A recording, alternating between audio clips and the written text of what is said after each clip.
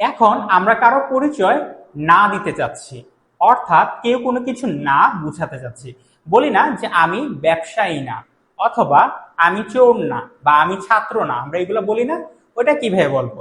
খুব সহজ, জাস্ট আগের মতোই থাকবে, শুধুমাত্র অ্যামিজারের সাথে নট যুক্ত হবে।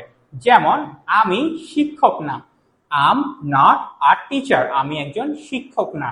তারপরে দিয়ে আমি বলতে যাচ্ছি যে তারা খেলোয়াড় না, কি হবে? দে আরন্ট প্লেয়ার্স, তারা খেলোয়াড় না। সে ছাত্র না, হি ইজন্ট আ স্টুডেন্ট, সে একজন ছাত্র না। তাহলে আমি যদি বলতে চাই যে আমি একজন খেলোয়াড়, আম আ প্লেয়ার, আমি একজন খেলোয়াড় না, আম নট আ প্লেয়ার। এর মাধ্যমে কারো পরিচয় কিভাবে দিতে হয় বা কারো পরিচয় কিভাবে ডিনাই করতে হয় সেটা আমরা দেখলাম।